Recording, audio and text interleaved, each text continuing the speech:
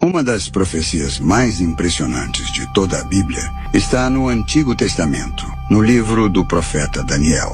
O anjo Gabriel revela a Daniel o dia exato em que o Messias se apresentaria como rei, 5 séculos antes de acontecer. Em Daniel, capítulo 9, versículo 25, está escrito: "Sabe e entende, desde a saída da ordem para restaurar e edificar Jerusalém, até ao ungido, ao príncipe, haverá 7 semanas e 62 semanas. 7 semanas, mais 62 semanas, são 69 semanas de ano. Cada semana profética equivale a 7 anos. 69 semanas de anos totalizam 483 anos. E os calendários antigos usavam anos de 360 dias, fazendo o cálculo.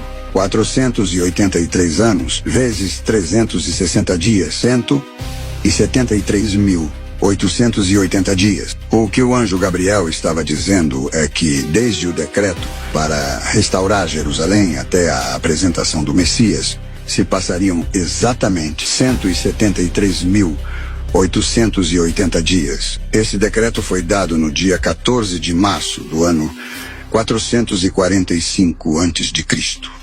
Isso está registrado em Neemias, capítulo 2. Agora, atenção.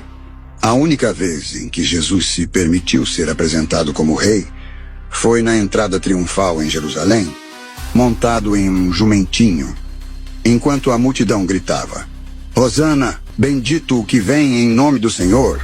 Isso aconteceu em 6 de abril do ano 32 depois de Cristo, de 14 de março do ano 445 antes de Cristo até 6 de abril do ano 32 depois de Cristo. São exatamente 173.880 dias. Coincidência?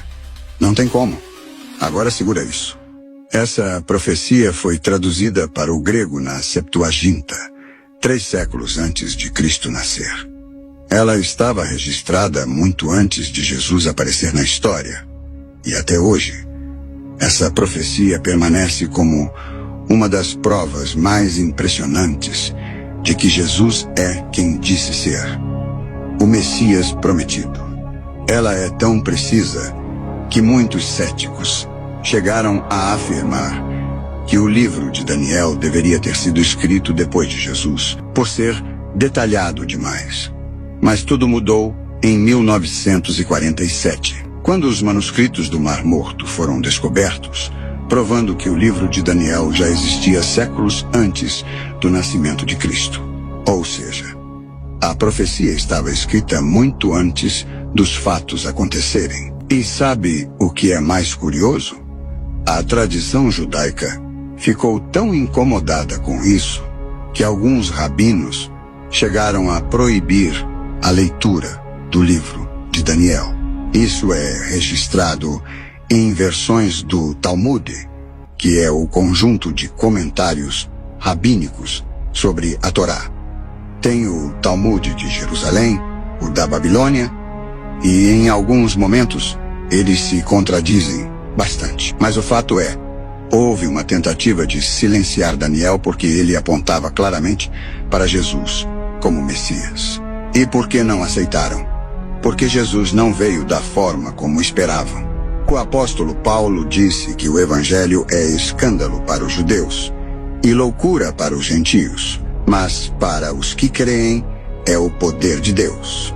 Essa profecia também está documentada no livro clássico de Sir Robert Anderson, A Vinda do Príncipe.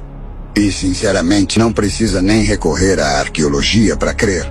É só olhar os números, as datas, as evidências. Jesus entrou em Jerusalém exatamente no tempo previsto. Não tem como forçar isso. E pode até ter quem diga: isso foi mal interpretado. A profecia não era sobre Jesus. Mas os fatos estão aí. Você pode até tentar misturar cristianismo com judaísmo, mas vai acabar confuso, frustrado e perdido. Porque os caminhos são diferentes. Deus deixou tudo muito claro e muito preciso. E quando você olha para essa profecia, não tem como negar. Os profetas disseram. As datas batem. A matemática é perfeita. É por isso que eu sou cristão. Não por tradição, não por imposição, mas porque os fatos confirmam a fé. Jesus não apenas cumpriu a profecia, ele é o único que poderia cumpri-la. Isso prova, sem sombra de dúvida, que Jesus é o Messias prometido e o Filho do Deus vivo. A Bíblia, sim, é um profeta que não erra, não acha?